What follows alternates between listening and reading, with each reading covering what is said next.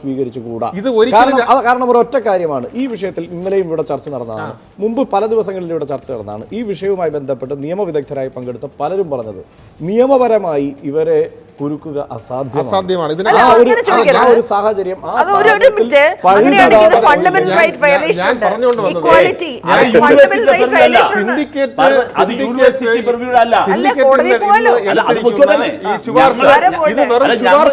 ഒറ്റ കാര്യം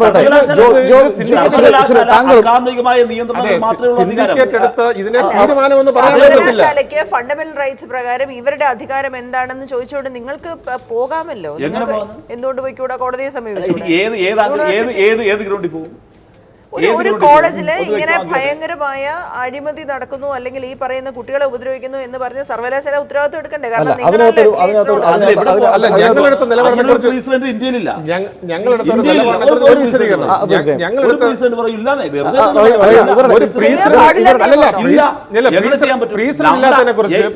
ഞങ്ങളുടെ ലോക്കൽ സ്റ്റാൻഡ് എന്താ അങ്ങനെ പോകാൻ സർവകലാശാലയുടെ ലോക്കൽ സ്റ്റാൻഡ് എന്ന് പറഞ്ഞാൽ നിങ്ങൾ നിയമം പഠിച്ചല്ലേ ഒന്ന് പറഞ്ഞാൽ നിങ്ങളാണല്ലോ അതിനകത്ത് അഫിലിയേഷൻ കൊടുത്തിരിക്കുന്നത് ഒരു ക്യാമ്പസിന്. അഫിലിയേഷൻ എന്താക്കാനേ പറ്റൂ. നിങ്ങൾ അവിടുന്ന് ഫീസ്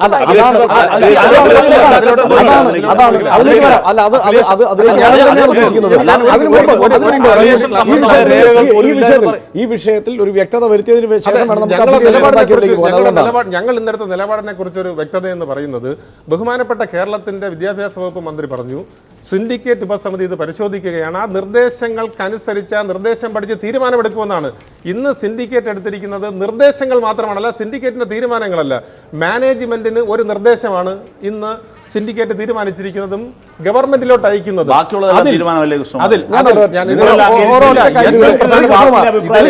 ഇന്നലെ ഇവിടെ ചർച്ചയിൽ പങ്കെടുത്തത് താങ്കൾക്കൊപ്പം ഈ വിഷയത്തിൽ മറുത്തു വോട്ട് ചെയ്ത ശ്രീ ജ്യോതികുമാർ ചാമക്കാലയാണ്. ഈ വിഷയത്തിൽ വളരെ കൃത്യമായി നിലപാട് സ്വീകരിച്ചുകൊണ്ട് ഉറച്ച ബോധ്യത്തോടെ പോരാടുന്ന ഒരു വ്യക്തി കൂടിയാണ് ശ്രീ ജ്യോതികുമാർ ചാമക്കാല. ആ കാര്യത്തിൽ എനിക്ക് ഒരു തർക്കമില്ല. പക്ഷേ അദ്ദേഹം ഇന്നലെ ഇവിടെ പറഞ്ഞ നിലപാടല്ല ഇന്ന് സ്വീകരിച്ചിട്ടുള്ളത്. നമുക്ക് ഇപ്പോൾ കാണാം, നമ്മുടെ കയ്യിലുണ്ട്.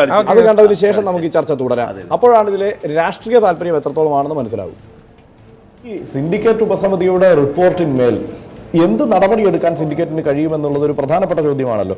ഈ പ്രിൻസിപ്പൽ രാജിവെക്കുക എന്നതാണ് പ്രധാനപ്പെട്ട ആവശ്യമായി എല്ലാ വിദ്യാർത്ഥി സംഘടനകളും ഉയർത്തിക്കാട്ടുന്നത്.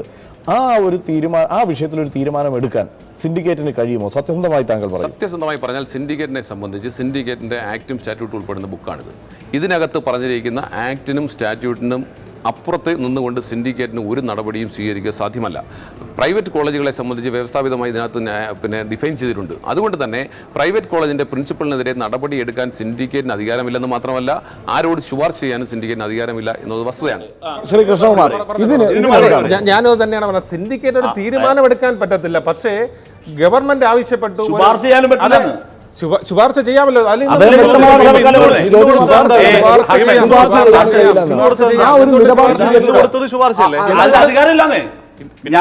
ഞങ്ങൾ ഈ റിപ്പോർട്ട് കൈമാറുകയാണ്.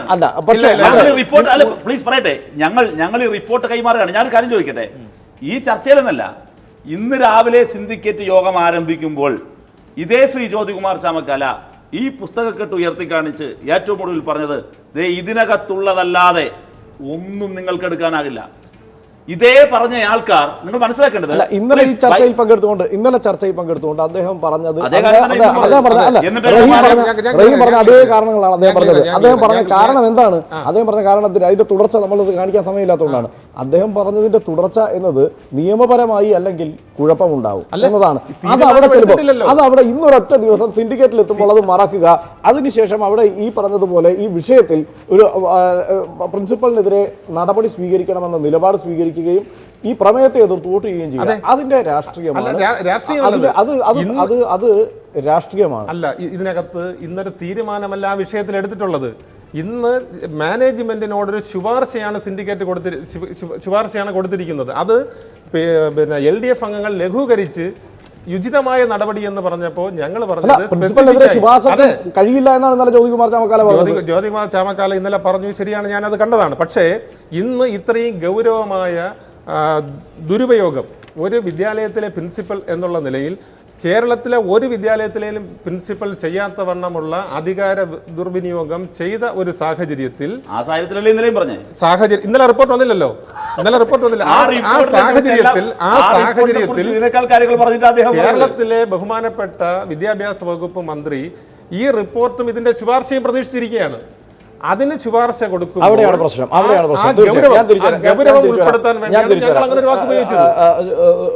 ഈ ശുഭേഷ്, ഈ കാര്യത്തിൽ വിദ്യാഭ്യാസ മന്ത്രി നിങ്ങൾക്ക് ഒരു ഉറപ്പ് തന്നിരുന്നു, ഇതടക്കമുള്ള കാര്യങ്ങൾ ചർച്ച ചെയ്യും, ആ കാര്യത്തിൽ ഒരു തീരുമാനം പ്രതീക്ഷിച്ചിരിക്കുന്നത് സിൻഡിക്കേറ്റിൻ്റെതാണ് എന്ന്.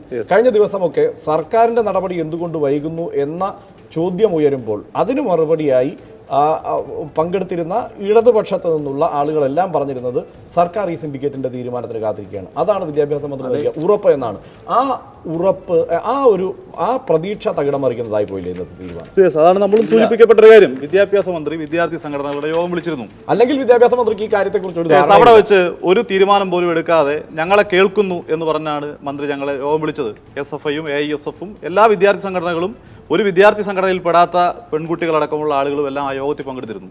ആ യോഗത്തിൽ വെച്ച് ഈ സാങ്കേതിക കാരണങ്ങൾ അന്നും വിദ്യാഭ്യാസ മന്ത്രി മാഷ് സൂചിപ്പിച്ചിരുന്നു. ഈ സർവകലാശാല പ്രിൻസിപ്പലിനെ മാറ്റാൻ വേണ്ടിയിട്ട് ഞങ്ങൾക്ക് 7 നിലയിലുള്ള തീരുമാനം എടുക്കാൻ കഴിയും എന്നതിനെ സംബന്ധിച്ച് സാങ്കേതികത്വം എല്ലാം സൂചിപ്പിച്ചപ്പോൾ ഞങ്ങളെല്ലാം ഒന്നിച്ചാവശ്യപ്പെട്ട, ഒരു വിദ്യാർത്ഥി പ്രസ്ഥാനം പോലും ഏറ്റക്കുറച്ചിലോട് പറഞ്ഞ ഒന്നിച്ചാവശ്യപ്പെട്ട ഏക ഡിമാൻഡ് എന്ന് പറയുന്നത് ഈ വിദ്യാർത്ഥിനികൾക്ക് നേരായി ഈ പ്രിൻസിപ്പൽ എടുത്തിട്ടുള്ള ജാതീയമായ ആക്ഷേപം, വംശീയമായ ആക്ഷേപം, പെൺകുട്ടികളടക്കമുള്ള ആളുകളോട് മോശമായി പെരുമാറിയത്, ഇന്റേണൽ അസസ്മെന്റിന്റെ പേരിലുള്ള ഹരാസിംഗ് ഉൾപ്പെടെയുള്ള ഏറ്റവും ക്രിമിനൽ ഒഫൻസായ കാര്യങ്ങൾ ഞങ്ങൾ കേരളത്തിന്റെ വിദ്യാഭ്യാസ മന്ത്രിയോട് ഞങ്ങൾ സൂചിപ്പിക്കുക, ഇരകൾ നേരിട്ട് വന്ന് പറയുന്നു എന്നാണ് സൂചിപ്പിച്ചത്. ആ പ്രതീക്ഷയ്ക്കൊത്ത് ഇന്നത്തെ റിപ്പോർട്ട് വന്നിട്ടില്ല, അതിലെ ശുപാർശകൾ വന്നിട്ടില്ല. അതാണ് അല്ല, അതായത് വിദ്യാഭ്യാസ മന്ത്രി പറഞ്ഞത് ഈ റിപ്പോർട്ട് വായിച്ചോ? ഇല്ല, ഞാൻ അതിന്റെ വിശദാംശം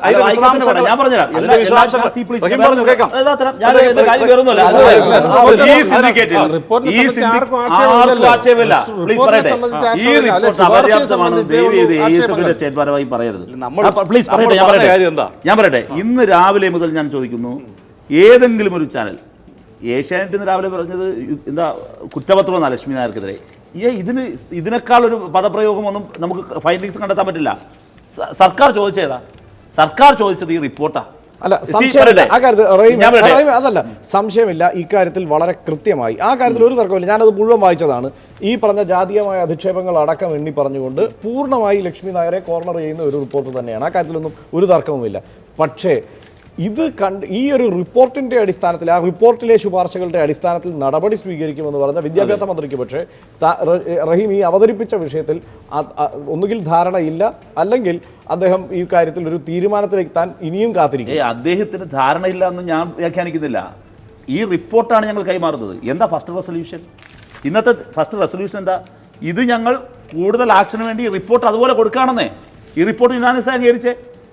ഇതിനേക്കാൾ കൂടുതൽ നല്ല വാക്കുകൾ ഇല്ലാന്ന് അറിയാമേ. അല്ല, എതിർപ്പില്ല എന്ന് പറയരുത്, യുനാനിമസ് ആയി എന്ന് പറയരുത്. എതിർപ്പുകൾ ഉണ്ടായിരുന്നു. ഈ അഫിലിയേഷൻ റദ്ദാക്കുന്നത് അടക്കമുള്ള അഭിപ്രായങ്ങൾ റിപ്പോർട്ട് അംഗീകരിക്കപ്പെട്ടു എന്നത് ശരിയാണ്. പക്ഷേ അഭിപ്രായങ്ങൾ, അത് ഭൂരിപക്ഷത്തിന്റെ അഭിപ്രായം എന്ന നിലയ്ക്ക് വന്നപ്പോൾ അംഗീകരിക്കപ്പെടാതെ പോയ കുറെ കാര്യങ്ങളുണ്ട്. അതിന്റെ അഫിലിയേഷൻ റദ്ദാക്കണം എന്നുള്ളതടക്കമുള്ള കാര്യങ്ങൾ, അഫിലിയേഷൻ റദ്ദാക്കണം എന്നുള്ളതടക്കമുള്ള കാര്യങ്ങൾ ആ കാര്യത്തിൽ പക്ഷേ അംഗങ്ങൾ റിട്ടേൺ എഴുതി കൊടുത്തിട്ടുണ്ട്. അതെ, ആ കാര്യത്തിൽ അല്ല, ആ കാര്യത്തിൽ കാത്തിരിക്കുകയാണ് വിദ്യാഭ്യാസ മന്ത്രി. നമുക്ക് പറയാം, സർവകലാശാല സിൻഡിക്കേറ്റ് യോഗം ചേർന്ന് ഞങ്ങളെ ഇതിന് ചുമതലപ്പെടുത്തിയ മിനിറ്റ്സാണ് ഇത്, സിൻഡിക്കേറ്റിന്റെ മിനിറ്റ്സ്. ഇതിൽ വളരെ കൃത്യമായി പറയുന്നുണ്ട്, AISF ഉൾപ്പെടെയുള്ള വിദ്യാർത്ഥി സംഘടനകളുടെ പരാതിയിന്മേലാണ് അന്വേഷണം. ഞങ്ങളത് അന്വേഷിക്കാൻ പോയി. ആ അന്വേഷിക്കാൻ പോകുമ്പോൾ എന്താ, ഞങ്ങളുടെ മുമ്പിൽ എന്തെല്ലാം അന്വേഷിക്കേണ്ടത് എന്നുള്ളതിനെ സംബന്ധിച്ച് അന്ന് തീരുമാനം എടുത്തിരുന്നു. ആ തീരുമാനപ്രകാരം കുട്ടികളുടെ പരാതിയാണ്, ഈ പരാതിയിന്മേലാണ് അന്വേഷണം. അവിടെ നൽകിയ കുട്ടികൾ, ഒരു കുട്ടി പോലും അഭിലേഷം പിൻവലിക്കണമെന്ന് രാഷ്ട്രീയ മുദ്രാവാക്യം വെച്ചില്ല. ഒരു കുട്ടി പോലും അവിടുത്തെ ഭൂമിയെ സംബന്ധിച്ച് ആരോപണം ഉന്നയിച്ചില്ല. AISF എഴുതുന്ന പരാതി ഞാൻ കൊണ്ടുവന്നിട്ടുണ്ട്, എൻ്റെ കയ്യിലുണ്ട്. ആ പരാതി വേണമെങ്കിൽ വായിക്കാൻ സമയം തരുമെങ്കിൽ. അതിനകത്തൊന്നും ഇതൊന്നുമില്ല. പറയട്ടെ സാർ, ഞാനത് പറയട്ടെ. ഇതുമായി ബന്ധപ്പെട്ട് ഞാൻ പറയട്ടെ, കുട്ടികളുടെ പരാതി മുഴുവൻ കേട്ടു. ഞങ്ങളുടെ മുമ്പിൽ വന്ന പ്രശ്നം എന്താ, ഈ കുട്ടികൾക്കൊക്കെ ഇവർ മാറി കിട്ടിയാൽ മതി. അതിന്റെ കാര്യം എന്താ, ഈ കുട്ടികളെ ക്രൂരമായി പീഡിപ്പിക്കുന്നു എന്നുള്ളതാണ്. ആണ്, ഞാനത് പറയട്ടെ. അതൊരു രാഷ്ട്രീയ സമരം. ആ രാഷ്ട്രീയ സമരത്തിൽ ഞാൻ നിൽക്കാം. ഞാൻ പറയട്ടെ, ആ രാഷ്ട്രീയ സമരത്തിലൂടെ SFI ഉണ്ട്.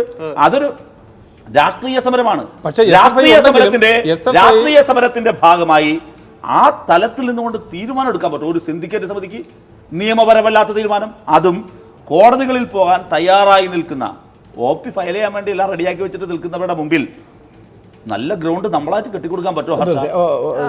അല്ല, ഈ അഫിലിയേഷൻ റദ്ദാക്കുന്നില്ല എന്ന് പറയുന്നത് രണ്ട് കാര്യമുണ്ട്. ഒന്നത് ഇത്രയും കുട്ടികളോട് പഠിക്കുന്നുണ്ട്, ഇത്രയും പേര് എല്ലാവരും കൂടി രാഷ്ട്രീയമായിട്ട് നമ്മളൊരു എടുത്ത് റിയാക്ട് ചെയ്തുകൊണ്ട് അഫിലിയേഷൻ റദ്ദാക്കിയാൽ ഈ കുട്ടികൾക്ക് എവിടെയാണ് നാളെ സർട്ടിഫിക്കറ്റ് പറയുന്നത്? ഫ്യൂച്ചറിലാണ്. അല്ലാതെ നമ്മൾ നിലവിൽ ഒരു അഫിലിയേഷനെ സംബന്ധിച്ച് ഇതിനകത്തൊരു ഡിസ്കഷൻ വന്നാൽ ഫ്യൂച്ചർ നെക്സ്റ്റ് ഇയറിൽ 17-18 കാലത്തേക്കുള്ള അഫിലിയേഷൻ സസ്പെൻഡ് ഞാനൊരു പൊതുസമൂഹത്തിന്റെ ആളായിട്ട് എനിക്ക് രാഷ്ട്രീയ പ്രവർത്തനം ഇല്ല. ഞാൻ പറയട്ടെ, രണ്ടാമത് ഞാൻ പറഞ്ഞു തീർത്തോട്ടെ. ഒരു ബുദ്ധിമുട്ടുണ്ടാവത്തില്ല. അഫിലിയേഷൻ തീർച്ചയായിട്ടും എന്താ പറയുന്നത്, അഫിലിയേഷന്റെ കാര്യം അവിടെ നിൽക്കണം. 5 വർഷത്തെ കുട്ടികൾ അവിടെ പഠിക്കുന്നുണ്ട്. അഫിലിയേഷൻ നമ്മൾ നാളെ റദ്ദാക്കിയാൽ ഈ ഫീസ് കൊടുത്ത് ചേർന്നവർക്ക് അല്ല, എത്ര കുട്ടികളെ ഇവിടെ നിങ്ങൾ ചേർക്കും?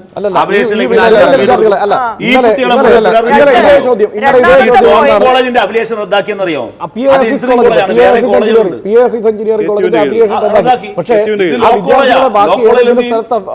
അവരെ അക്കോമഡേറ്റ് ചെയ്യുകയാണ് ചെയ്തത്. രണ്ടാമത്തെ കാര്യം, ഈ കുട്ടികളെ സംബന്ധിച്ച് ഭൂമിയുടെ കാര്യമോ അഫിലിയേഷന്റെ കാര്യമോ ഈ പ്രിൻസിപ്പലിനെ മാറ്റാൻ പറ്റില്ല എന്നൊരു ക്ലോസിന്റെ കാര്യമോ അറിയില്ലായിരുന്നു അവർ സമരം മുന്നോട്ട് വെക്കുമ്പോൾ.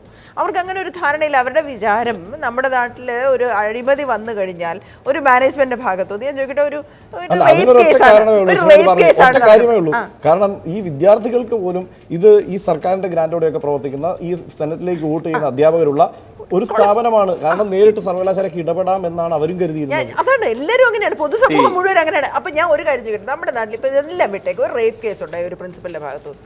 അപ്പോൾ അവര് യൂണിവേഴ്സിറ്റിക്ക് ഒന്നും ചെയ്യാൻ പറ്റില്ല എന്ന് പറയുന്നത് നമുക്ക് പുതിയ അറിവാണ്. നമ്മുടെ വിചാരം യൂണിവേഴ്സിറ്റിക്ക് നിയന്ത്രണം ഉണ്ടെന്നാണ് പ്രൈവറ്റ് കോളേജിനെ സംബന്ധിച്ച്. നമ്മുടെ നിയമത്തിന്റെ അപ്പൊ അങ്ങനെയാണ് നിയമത്തിന്റെ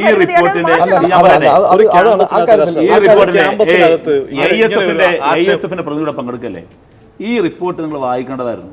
ഈ റിപ്പോർട്ട് ഓപ്പറേഷണൽ പാർട്ട് ചെയ്താൽ ഇത്രയും ഈ റിപ്പോർട്ട് തയ്യാറാക്കിക്കൊണ്ടിരിക്കുമ്പോൾ സിൻഡിക്കേറ്റ് മെമ്പർ ഇദ്ദേഹത്തിൻ്റെ സഹപ്രവർത്തകനായ ശ്രീ ജീവൻലാൽ, കോൺഗ്രസ് പ്രതിനിധിയാണ്, അദ്ദേഹം ആണ് ഇത് എഴുതിക്കൊണ്ടിരുന്നത്. അദ്ദേഹമാണ് ഇത് എഴുതിയത്. ഞങ്ങളെല്ലാം ഇരിക്കുമ്പോഴും അദ്ദേഹം എഴുതിയത്. ആ റിപ്പോർട്ട് എഴുതുമ്പോൾ ഈ ഭാഗത്ത് ഇത് പറഞ്ഞു, this is the operational part of this report. എല്ലാവരും പറഞ്ഞു യൂനാനിമസ് ആയിട്ട് എങ്ങനെ ചെയ്താൽ ഇന്ത്യയിലെ പറയട്ടെ സാർ, ഇന്ത്യയുടെ അസസ്മെന്റുമായി ബന്ധപ്പെട്ട പ്രശ്നമാണല്ലോ. ഞാൻ പറയട്ടെ, അതിനെക്കുറിച്ച് ചർച്ചയില്ല. ഈ കുട്ടികളുടെ കൺസേൺ എന്താ? ഞാൻ മുഴുവൻ കുട്ടികളെയും കേട്ടതാ, മുഴുവൻ രക്ഷകർത്താക്കളെയും കേട്ടതാ. 2 മണിക്കൂർ നേരം ലക്ഷ്മി നായരെ കേട്ട ആളാ ഞാൻ പറയട്ടെ, ഞാൻ നിങ്ങളോട് പറയുന്നു, ആ കുട്ടികളുടെ പ്രധാനപ്പെട്ട പ്ലെയർ കൺസേൺ ഏറ്റവും വലിയ പത്തറ്റിക് സിറ്റുവേഷൻ എന്തെന്നറിയോ? ഇങ്ങനെ ഒരു റെഗുലേഷൻ ഉണ്ട്, ഞങ്ങൾക്ക് അത് പ്രകാരം ചില അവകാശങ്ങളുണ്ട്. ഇതിൽ ഒരു കുട്ടിക്ക് പോലും അറിയില്ല, ഒരു കുട്ടിക്ക് പോലും അറിയില്ല.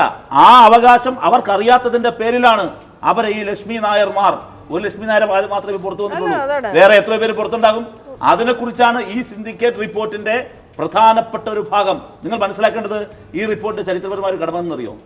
ഞങ്ങളിത് ഇന്നിപ്പോൾ നിങ്ങൾ തീരുമാനിച്ചില്ല, ഞങ്ങൾ ഫർദർ റിസോൾവ് ചെയ്ത് എന്താ അടുത്ത തീരുമാനം എന്താ? എക്സാമിനേഷൻ സ്റ്റാൻഡിംഗ് കമ്മിറ്റിയെ ചുമതലപ്പെടുത്തി. എന്താ ചുമതലപ്പെടുത്തിയെ? അടുത്ത അക്കാഡമിക് കൗൺസിൽ യോഗത്തിന്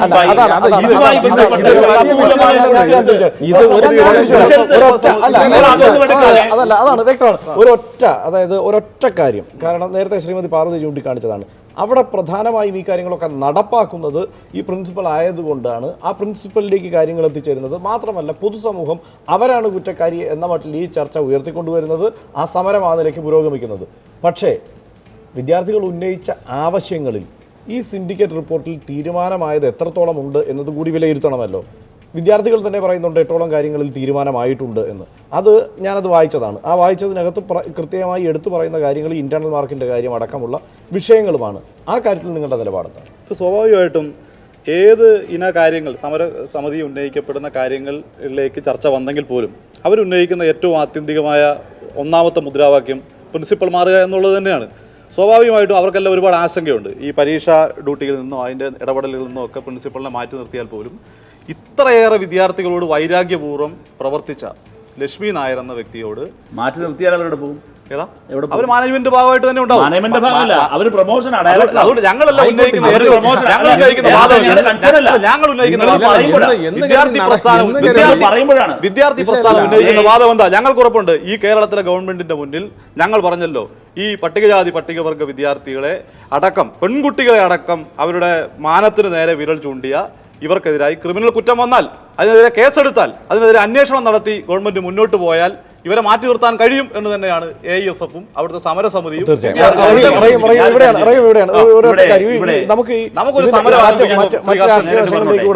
മറുപടി പറഞ്ഞാണ് നിങ്ങൾ ഈ പറയുന്ന പ്രിൻസിപ്പൽ മാറണമെന്ന മുദ്രാവാക്യം ഞാൻ ആദ്യമേ പറഞ്ഞില്ലേ, നിങ്ങളെ വിദ്യാർത്ഥി സംഘടനാ മുദ്രാവാക്യത്തിൽ നിൽക്ക്.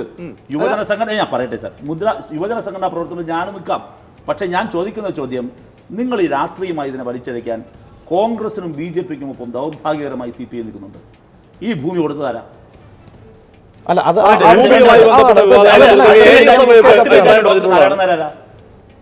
ആരാ? CPI കാരനാണ്. അതെല്ലാം ചർച്ച ചെയ്തു.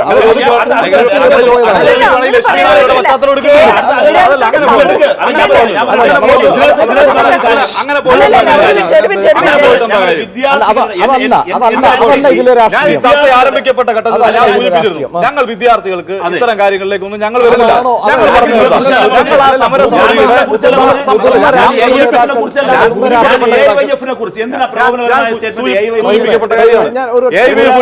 ആരോപണം തെളിയിക്കാൻ സംസ്ഥാന സെക്രട്ടറിക്ക് കഴിയും. അത് പറഞ്ഞോളൂ, അത് തീർച്ചയായിട്ടും പറഞ്ഞോളൂ. ഉത്തരവാദിത്തമുള്ളതുകൊണ്ടാണ് അവർ ആരോപണം ഉന്നയിച്ചിട്ടുള്ളത്, അവർ സൂചിപ്പിച്ചോളൂ. CPI-യും കോൺഗ്രസ് തമ്മിൽ എഴുതിയെടുക്കാൻ പറ്റില്ല. എവിടെ അഫിലിയേഷൻ റെക്കോർഡ്? ഇതൊക്കെ പിന്നീട് വന്നതല്ലേ? എവിടെയാണ് അഫിലിയേഷൻ റെക്കോർഡ്? മുതിർന്ന നേതാക്കൾ തിരിച്ചറിയുന്ന അത്രയും ഈ വിദ്യാർത്ഥി സംഘടനകൾ തിരിച്ചറിയുന്നുണ്ടോ എന്ന സംശയം ഉയരുന്നത് ഇന്നത്തെ കോടിയേരിയുടെ പരാമർശത്തിലേക്ക് തീർച്ചയായും പോകേണ്ടതുണ്ട്. ഒപ്പം ഇന്ന് ഇതുവരെ സ്വീകരിച്ചിരിക്കുന്ന നടപടികളെ കുറിച്ചുള്ള ചർച്ചയിലേക്ക് പോകേണ്ടതുണ്ട്. അതിനു മുമ്പ് ഒരു ചെറിയ ഇടവേള.